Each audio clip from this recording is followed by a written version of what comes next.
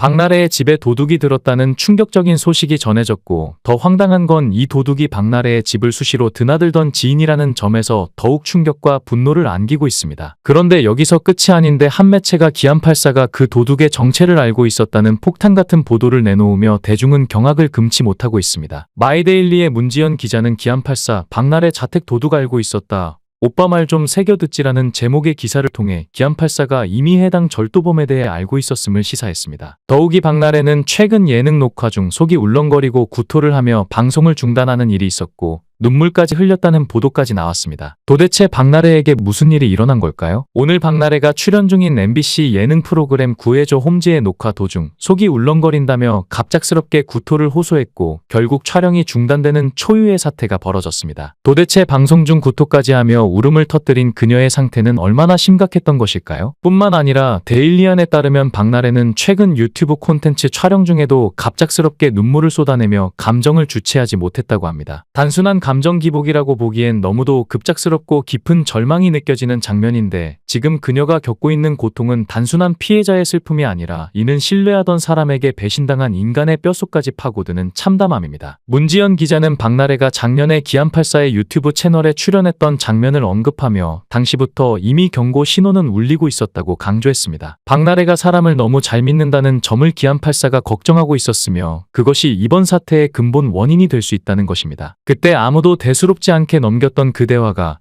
지금에 와서 이토록 무겁고 날카로운 칼날이 되어 돌아올 줄 누가 상상했겠습니까? 기안84와 박나래의 대화를 다시 되짚어보면 섬뜩할 정도로 명확한 경고가 숨겨져 있었습니다. 박나래가 오빠한테 술 먹자고 우리 집으로 오라고 며칠 전부터 얘기했는데라고 말하자 기안84는 미안하다며 옛날에는 사람 만나는 게 즐거웠지만 요즘은 굳이 나가야 하나 싶다는 말로 조심스러운 거리두기를 시도합니다. 이어 너도 요즘 자주 그렇게 안 보잖아라고 덧붙이며 사실상 박나래의 인간관계 패턴에 일침을 가한 것이었죠. 그런데 여기서 박나래는 도저히 지금 상황과 떼어놓고 볼 수 없는 말을 덧붙입니다. 그래도 집에서 일주일에 한 번은 파티해. 바로 이 말, 이 대목이 오늘날 박나래를 끔찍한 도둑 사건의 희생자로 만든 가장 결정적인 단서일지도 모릅니다. 박나래는 늘 주변에 나눔을 실천했으며 친구들을 집으로 초대하며 웃음을 나눴습니다. 하지만 그 호의는 결국 한 인간의 탐욕과 배신으로 찢기고 만 것이죠. 기안84는 박나래의 이런 성향을 사람들을 해먹이는 걸 좋아한다는 표현으로 말하며 박나래가 너무나 잘 베푸는 사람이라고 지적했습니다. 문제는 그 다음입니다. 기안84는 결국 조용히 그러나 결코 가볍지 않게 중요한 경고를 건넸습니다. 박나래가 사람을 너무 잘 믿는다. 그녀 주변엔 사기꾼 같은 사람들이 있다는 말을 했고 박나래가 누구라고 묻자 그는 몇 명 있다며 자꾸 돈이 많다고 하고 자기가 뭐 한다는 사람을 조심해라고 조언한 겁니다. 이 장면이 공개된 것이 작년 7월. 그 말 그대로 9개월 만에 그가 우려한 일이 현실이 되어버린 것입니다. 박나래는 도둑에게 당했고 기안84는 그 도둑의 위험을 미리 감지했던 셈입니다. 지금 많은 사람들이 이렇게 말하고 있습니다. 기안84 진짜 총 미쳤다. 예리하다 못해 거의 프로파일러 수준이다. 소름 끼치는 사실은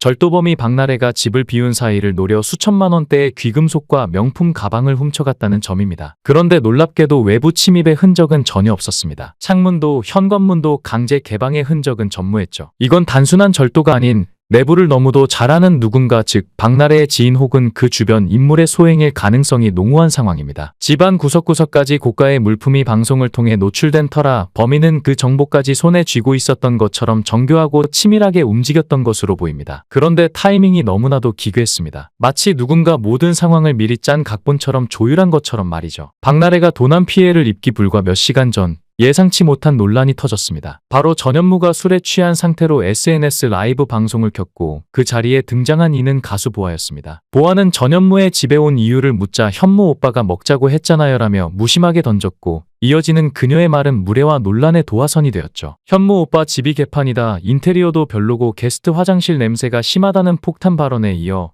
트로피만 빼고 다 지저분하다고 내뱉었습니다. 이쯤 되면 장난을 가장한 공개 망신주기라고 해도 무방할 정도입니다. 단순한 장난이라는 선을 훌쩍 넘는 도발적인 언사에 이어 보아는 전현무의 어깨에 기대거나 그의 볼을 쓰다듬는 등의 스킨십으로 둘 사이의 이상기류를 암시했는데요. 이를 지켜본 시청자들은 하나같이 뭔가 이상하다며 SNS를 뜨겁게 달구었습니다. 여기서 끝나지 않았습니다. 전현무와 박나래 사이의 열애설을 언급한 시청자의 질문에 보아는 무심하게 그러나 누구보다 날카롭게 안 사귈 것 같다. 오빠가 아깝지라며 박나래의 이름을 꺼냈습니다. 이 말은 박나래에게는 날선 비수가 되어 꽂혔고 영상에 등장조차 하지 않았음에도 그녀는 순식간에 SNS와 댓글창에서 조롱과 비난의 대상이 되고 말았습니다. 전현무는 매니저의 전화를 연달아 받은 끝에 회사에서 연락이 계속 온다며 방송을 황급히 종료했는데 이미 대중의 시선은 전현무와 보아의 폭주에 집중됐고 아이러니하게도 그 새벽 박나래는 자신이 물건을 도난당했다는 사실을 알게 되었습니다. 세상의 모든 시선이 전현무와 보아에게 쏠리고 그 틈을 타 누군가는 박나래의 집을 조용히 털어간 것입니다. 너무나 절묘하고 너무나 섬뜩한 타이밍이 아닐 수 없습니다. 그래서일까요? 여론은 의심의 눈초리를 거두지 못하고 있습니다. 이건 누가 박나래를 미행하고 있었던 것 아니냐? 이건 치밀한 범행이고 박나래를 잘 아는 사람의 소행이 틀림없다. 모든 것을 꿰뚫고 있던 도둑이 관심이 다른 데로 쏠릴 타이밍을 노려 범행을 저지른 것 같다는 의견이 이어지고 있습니다. 그 중에서도 박나래 못지않게 등골이 서늘한 경험을 한 이는 바로 가수 김한선이었습니다. 김한선은 서울 용산구 고급 주택가에 위치한 자택에서 명품 시계와 다이아몬드 목걸이 등 수천만 원 상당의 귀금속을 도난당했습니다. 그녀가 지인 모임에 참석하며 집을 비운 그 찰나를 노려 범인은 완벽하게 집 안을 유린해 갔습니다. 경찰은 당시를 고급 주택가를 노리는 빈집털이 상습범의 소행으로 추정했지만 그 고통은 상상 그 이상이었죠. 김한선은 이후 예능 프로그램 라디오스타에 출연해 귀신보다 사람이 더 무섭다며 자신의 경험을 털어놨습니다. 당시 집에 돌아온 그녀는 충격에 휩싸였습니다. 서랍은 모조리 열려 있었고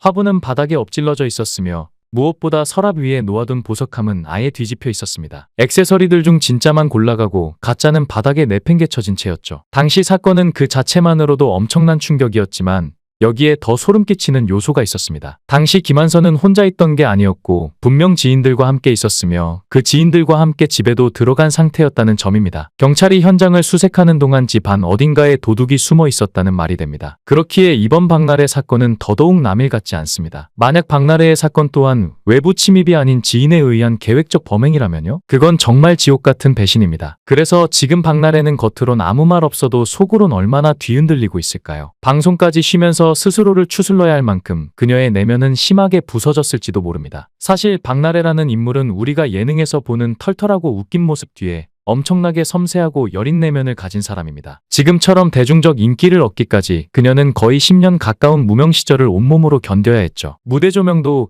카메라도 비춰주지 않던 시절 박나래는 20대 초반의 대학로의 소극장 그리고 찬바람 부는 한강 유람선 선상에서 마이크 하나 들고 한 줌도 안 되는 관객 앞에서 개그를 했습니다. 당시 그녀의 개런티는 하루 일하고 받는 2만원, 3만원 남짓. 이런 가난한 현실 속에서도 그녀는 꿈 하나 붙들고 끝없이 무대에 올랐습니다. 그러다 KBS 공채 개그맨이 되었지만 예능판의 생리는 야박했습니다. 유재석, 신동엽처럼 이미 자리를 잡은 남자 대선배들 틈에서 박나래 같은 신인은 주목조차 받지 못했고 여성 코미디언이라는 정체성은 오히려 독이 되기도 했죠. 그런 박나래가 나 혼자 산다에 출연한 건 하나의 분기점이었습니다. 처음엔 고정도 아니었고 일회성 출연이었지만 그녀의 일상, 그녀의 진심, 그녀의 서글픔과 재치가 시청자들의 마음을 흔들었습니다. 그 공감의 물결이 차츰차츰 그녀의 자리를 만들어줬고 마침내 박나래는 매주 고정 멤버가 되었죠. 그렇게 힘겹게 얻은 인지도는 쉽게 생긴 게 아니었습니다. 그 여정 끝에 2019년 박나래는 그토록 갈망하던 연예대상의 영예를 안았고 그 순간 박나래는 울었습니다. 카메라 앞에서조차 숨길 수 없었던 울컥함, 그건 단순한 기쁨이 아니라 지난 10년을 갈아 넣은 영혼의 절규였습니다. 그렇게 온몸으로 세월을 이겨낸 그녀에게 돌아온 게 고작 도둑질이라면 그것도 지인이란 사람에게 이런 배신이 어디 있습니까? 그래서 지금 박나래가 느끼는 두려움은 단순히 물건을 잃은 것 그 이상입니다. 사람을 잃은 것입니다. 신뢰를 잃은 것이고